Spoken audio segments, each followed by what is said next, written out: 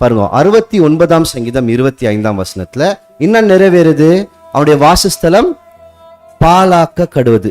அப்ப அவனுடைய உத்தியோகத்தை வேறொருவன் பெற்றுக்கொள்வான். இங்க இல்ல, எங்க வருதுன்னு பாத்தீங்கன்னா 109ஆம் சங்கீதத்துல தான் இருக்கும். அவனுடைய உத்தியோகத்தை வேற ஒருவன் பெற்றுக்கொள்ள கடுவதுன்ட்டு. வாசிங்க சிஸ்டர். இப்போ அவன் நாட்கள் கொஞ்சமாக கடுவது, அவன் உத்தியோகத்தை வேறொருவன் பெற கடவன். புரியுதுங்களா? அப்ப அது யார பத்தி பேசுற வசனம்? புரியுதா? யூதாஸ பத்தி பேசுது. இது எங்க பார்த்துன்னு இருக்கிறோம்?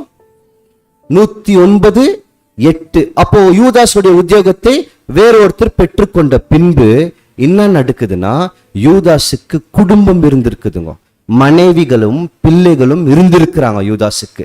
இது 8ஆம் வசனத்துல சொல்ல 9ஆம் வசனத்துல இருந்து பேசின்னு வருவார். வாசிக்கலாம் பாருங்க.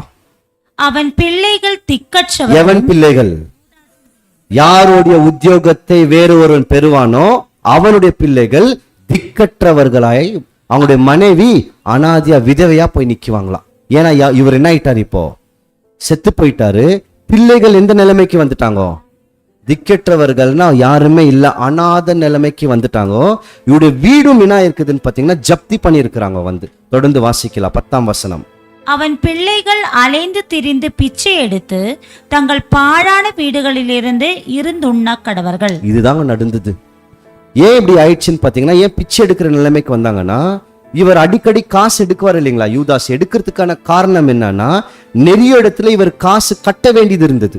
அதனால தான் திருடினே இருந்தாரு. இவர் செத்துட்ட உடனே கடன்காரர்கள் எல்லாம் வந்து இவருடைய வீட்டையே ஜப்தி பண்ணின்னு போயிட்டு இருக்கிறாங்க. அடுத்த வசனம் 11ல இருக்கும்.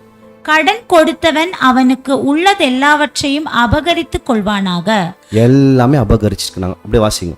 அவன் பிரயாசத்தின் பலனை அந்நியர் பறித்து கொள்ள கடவர்கள். இப்படிதாங்க நடந்துச்சு. கடைசியில யூதாஸுக்கும் யூதாஸுடைய குடும்பத்துக்கும் என்ன நிலைமை வந்ததுன்னா, அவருடைய பிள்ளைகள் ரோட்டுக்கு வந்துட்டாங்க, மனைவிகளும் திக்கற்றவர்கள் அனாதைகள் போல வந்துட்டாங்க, அவங்க வீடும் பறிக்கப்படுது.